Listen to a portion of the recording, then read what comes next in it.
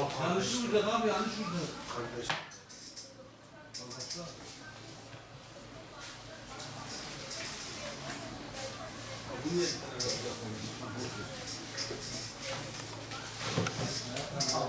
Abi 2, 4, 5 ve 3. kapı.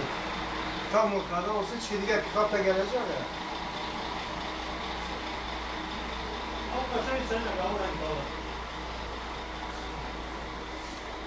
Üçüncü kapı.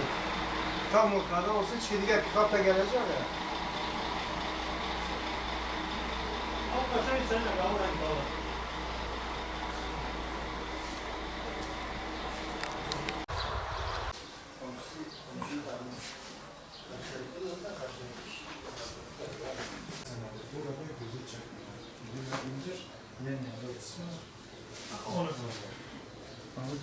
Bir şeyler sonra içine şunu alalım.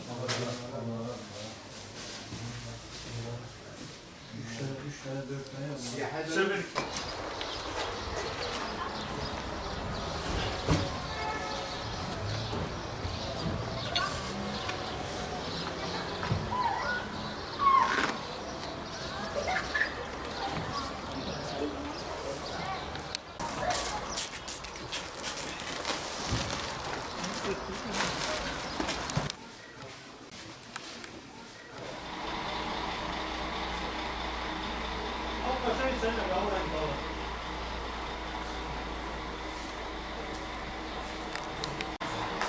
Orta kapı olsa yeterlidir. Abi 2, 4, 5 ve 3. kapı. Burada kalsın, istediğin gibi.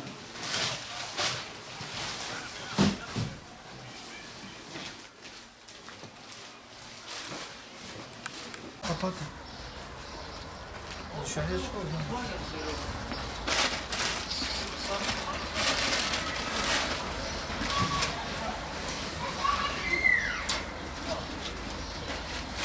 Bizler Umut Kervanı olarak yaklaşık bir yıl önce Suriye'nin İdlib kentinde yaşanan savaştan dolayı kendi ülkelerinde mülteci durumuna düşen mazlum Suriyeli halkımıza, Müslümanlara yardım kampanyası olarak bir çağrımız olmuştu.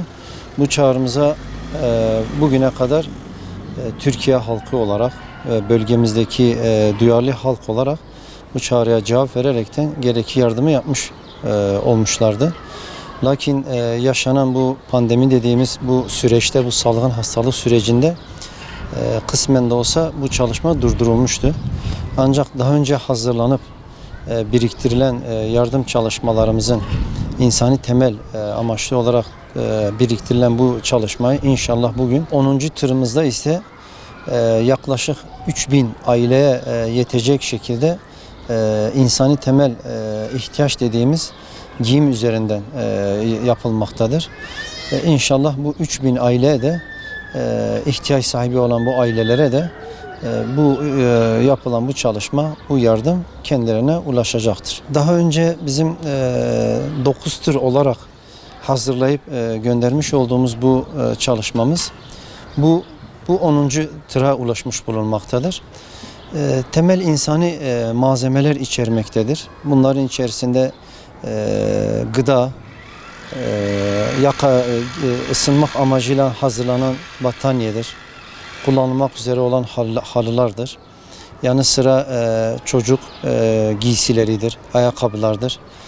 Oradaki bulunan diğer mağdur olan bayanlar olsun, erkekler olsun, yetişkinler için hazırlanan giysilerdir.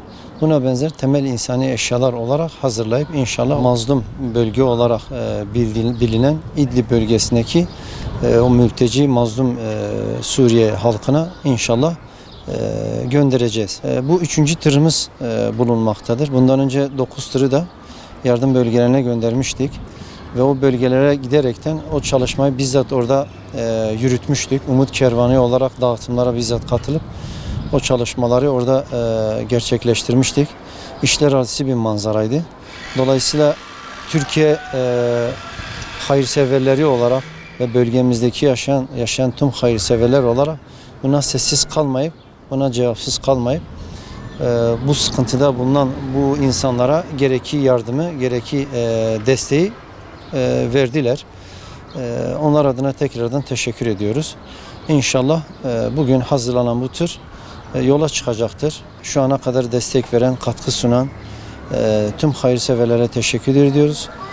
Bu uğurda, bu amaçla hizmet eden tüm üye ve üyelerimizi de sizin adınıza teşekkürlerimizi sunuyoruz. Rabbim herkesten razı olsun.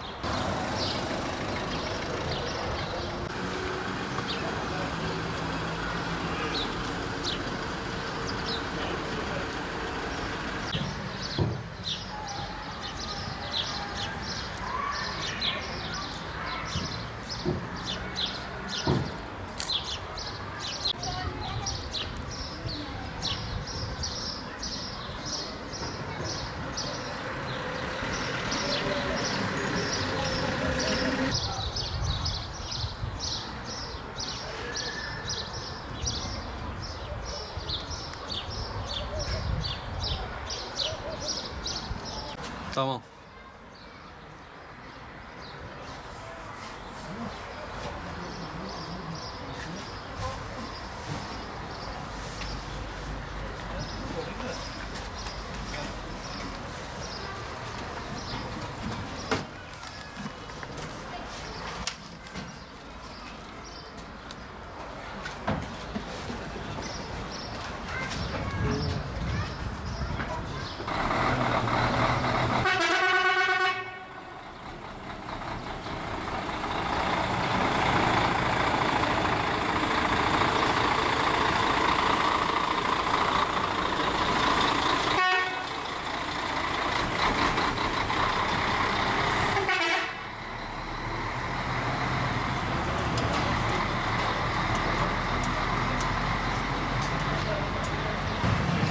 Şu karşıya gitsen oradan geliyor, oradan çıkacak.